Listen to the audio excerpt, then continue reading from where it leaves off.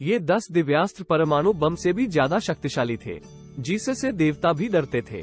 पौराणिक काल में महान अस्त्रों की कोई कमी नहीं थी, जिसमें एक ऐसा दिव्यास्त्र था जो 11 रुद्रों की शक्ति से शत्रु पर प्रहार करता था। एक ऐसा दिव्यास्त्र था जो सागरों को सुखा देता था, पर्वतों को ध्वंस कर देता था। एक ऐसा भी दिव्यास्त्र था जिसके प्रयोग से पूरी सृष्टि का विनाश किया जा सकता था। लेकिन इनमें सवाल ये है कि कौन सा दिव्यास्त्र सबसे शक्तिशाली था? आखिर कौन सा दिव्यास्त्र सबसे भयंकर विनाशक था? दोस्तों, क्या आप जानते हैं वो कौन सा दिव्यास्त्र था? क्या वो देवराज इंद्र का वज्र था? क्या वो ब्रह्मा जी का ब्रह्मास्त्र था? महादेव का पाशुपतास्त्र या भगवान विष्णु का नारायणास्त्र था? माफ कीजिए दोस्तों, इनमें से कोई भी नहीं।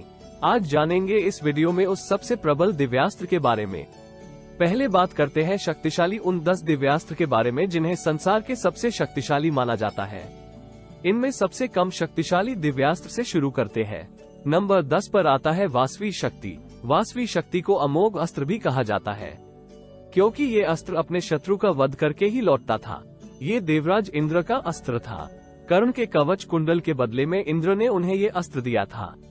कर्ण इस अस्त्र से अर्जुन का वध करना चाहते थे, इसलिए उन्होंने अर्जुन के लिए इसे बचाकर रखा था। लेकिन भगवान श्री कृष्ण ने घटोत्कच को युद्ध में उतारकर कर्ण के इस अस्त्र को घटोत्कच पर नष्ट करा दिया था। नंबर 9 पर आता है वज्र। ये देवराज इंद्र का बहुत ही शक्तिशाली अस्त्र है। जब इसका प्रयोग किया जाता है तब कोई कितना भी शक्तिशाली क्यों न हो, क्षण भर में मृत्यु को प्राप्त हो जाता था। इसके प्रयोग से इंद्र ने असंख्य असुरों का वध किया है। एक बार इंद्र ने बाल हनुमान इसका उपयोग किया था।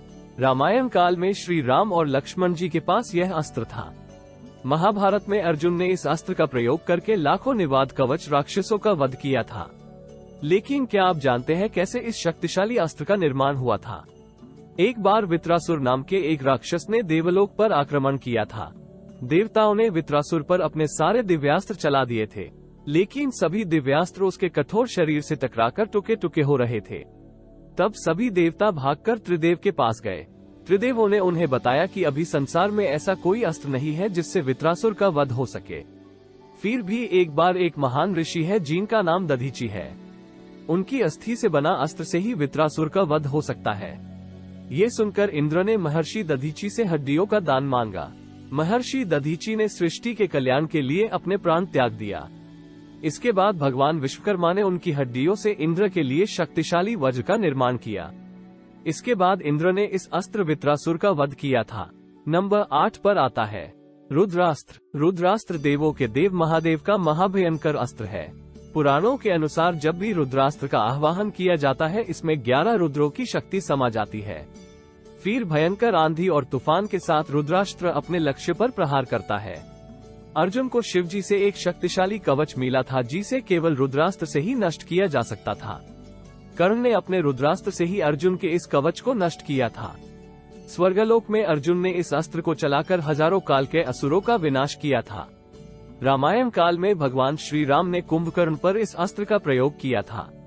नंबर 7 पर आता है ब्रह्मास्त्र। भगवान ब्रह्मा के सबसे विनाशक अस्त्र को ब्रह्मास्त्र कहा जाता है।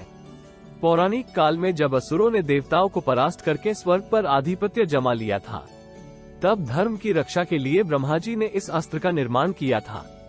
ब्रह्मास्त्र एक ऐसा अस्त्र है जो परमाणु बम से भी ज्यादा शक्तिशाली है। इस अस्त्र से पूरे ब्रह्मांड का विनाश किया जा सकता है। इसे चलाने पर आकाश से उल्काएं गिरने लगती है और जल में तूफान आ जाता है। अगर 2 ब्रह्मास्त्र आपस में टकरा जाए तो प्रलय भी आ सकता है। जहां ब्रह्मास्त्र छोड़ा जाता है वहां से जीवन का नामोनिशान मिट जाता है। वहां 12 वर्ष तक अकाल पड़ जाता है।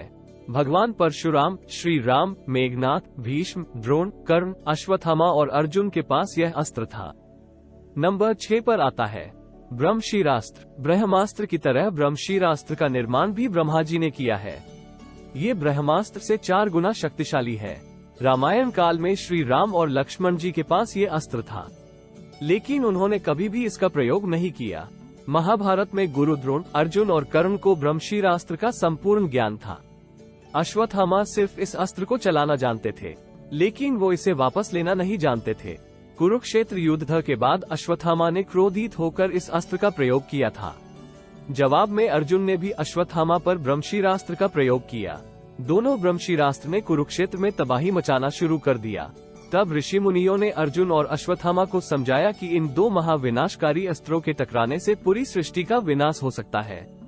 ऋषि मुनियों की बात मानकर अर्जुन ने अपना ब्रह्मशीरास्त्र वापस ले लिया, लेकिन अश्वत्थामा को इस अस्त्र को वापस लेना नहीं आता था, इसलिए उन्होंने इस अभिमन्यु पत्नी उत्तरा के गर्भ की ओर मोड़ दिया, जिसके कारण भगवान श्री कृष्ण ने अश्वत्थामा को 5000 सालों तक बीमारियों के साथ भटकने का श्राप दिया। इसके बाद श्री कृष्ण ने अपनी शक्तियों से उत्तरा के गर्भ को फिर से जीवित कर दिया। नंबर 5 पर आता है वैष्णवास्त्र। ये भगवान विष्णु का भयंकर अस्त्र है।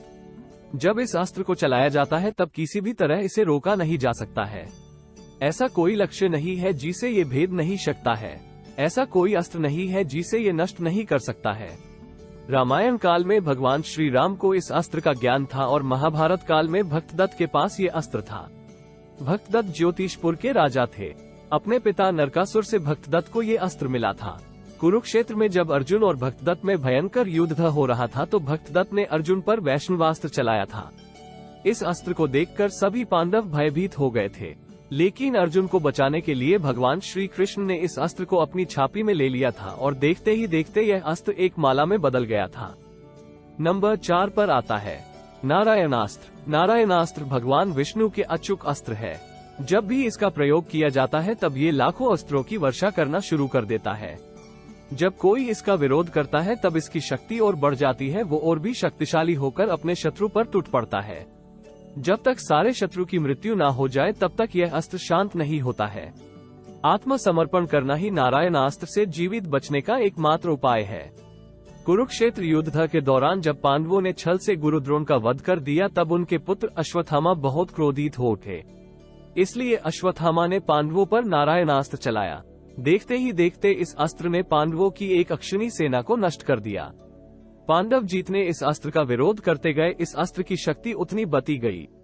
तब भगवान श्री कृष्ण ने पांडवों को समझाकर कहा, अपने शस्त्र को त्याग कर तुम आत्मसमर्पण कर दो, नहीं तो ये अस्त्र संपूर्ण पांडव सेना का नामो निशान मिटा देगा। इसके बाद पांडवों ने अपने शस्त्र त्याग कर नारायणास्त्र के आगे घुटने टेक दिए। तब नारायणास्त्र का क्रोध भी शांत हो गया। नंबर 3 पर आता है पाशुपतास्त्र। पाशुपतास्त्र देवों के देव महादेव का सबसे विध्वंसक अस्त्र है। ये अस्त्र ब्रह्मास्त्र और नारायणास्त्र से भी ज्यादा शक्तिशाली है। ऐसा कोई अस्त्र नहीं है जिसे ये अस्त्र काट नहीं सकता है। इसके प्रयोग से पल भर में पूरी सृष्टि का विनाश किया जा सकता है। त्रिपुरासुर का अंत करने के लिए महादेव ने इस अस्त्र का उपयोग किया था। रामायण काल में महर्षि विश्वामित्र से श्री राम को यह अस्त्र मिला था। महाभारत काल में अर्जुन और कर्ण के पास ये अस्त्र था। बहुत लोगों का मानना है कि महाभारत काल में सिर्फ अर्जुन के पास ही महादेव का पाशुपतास्त्र था, लेकिन महाभारत के गहन अध्ययन से पता चलता है कि महारथी कर्ण के पास भी ये विनाशक अस्त्र था। नंबर 2 पर आता है सुदर्शन चक्र। पुराणों के अनुसार ब्रह्मा जी, विष्णु जी और महादेव ने अपनी ऊर्जा एकत्रित करके इसकी उत्पत्ति की थी। इन अस्त्र में अपार ऊर्जा है जिसका वर्णन नहीं किया जा सकता है। जब इस अस्त्र का प्रयोग किया जाता है तब ये शत्रु का वध करके ही लौटता है।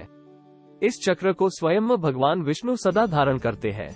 शिव पुराण के अनुसार साक्षात आदि शक्ति सुदर्शन चक्र में वास करती है।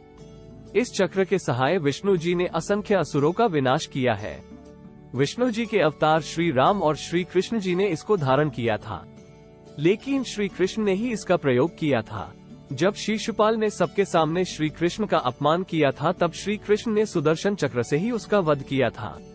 ऐसा माना जाता है कि श्री कृष्ण ने सुदर्शन चक्र के सहारे गोवर्धन पर्वत को उठाया था। कुरुक्षेत्र युद्ध के दौरान जब जयद्रथ वध के लिए श्री कृष्ण ने सुदर्शन चक्र से सूर्य को ढक दिया था। इस चक्र से ही भगवान विष्णु ने देवी सती के शरीर के 51 हिस्से किए थे। नंबर 1 पर आता है त्रिशूल। महादेव का त्रिशूल, जिसे सारे दिव्यास्त्र में सबसे शक्तिशाली कहा जाता है। त्रिशूल के 3 शूल भूत, वर्तमान और भविष्य का प्रतीक है, और ये 3 शूल सृष्टि, स्थिति और प्रलय को भी दर्शाता है। ये नदी और सागरों को सुखा सकता है, पर्वतों को ध्वस्त कर सकता है। इसके प्रयोग से संपूर्ण सृष्टि का विनाश किया जा सकता है। माना जाता है कि आदिकाल से ही महादेव के पास उनका त्रिशूल था। जैसे महादेव की उत्पत्ति का कहीं प्रमाणभूत उल्लेख नहीं, ऐसे ही उनके त्रिशूल का यह एक उनका अभिन्न अंग है। इसकी उत्पत्ति की कोई कथा शिव पुराण में या अन्य किसी पुराण में नहीं मिलती है। महादेव ने इस अस्त्र से ही भगवान गणेश जी का सर धड़ से अलग किया था। साथ ही ब्रह्मा जी का घमंड तोड़कर उनके 5वें सर को काट डाला था। इस अस्त्र से महादेव ने जलंधर और अंधक जैसे ना जाने कितने असुरों का वध किया है। कहा जाता है कि भगवान शिव संहारक देव है, वो इसी से सब कुछ नष्ट कर देते हैं। ब्रह्मांड में प्रलय भी इसी से आता है। इसीलिए हमारा ऐसा मानना है कि सबसे प्रबल और शक्तिशाली तो महादेव का त्रिशूल ही है। दोस्तों, इन सारे दिव्यास्त्रों में आपको कौन सा दिव्यास्त्र सबसे शक्तिशाली लगता है, हमें जरूर बताएं। या आप भी इस बात से सहमत है तो हर हर महादेव जरूर लिखिए। आपको ये जानकारी अच्छी लगी हो तो हमारी चैनल को सब्सक्राइब कीजिए और लाइक भी जरूर कीजिए। धन्यवाद।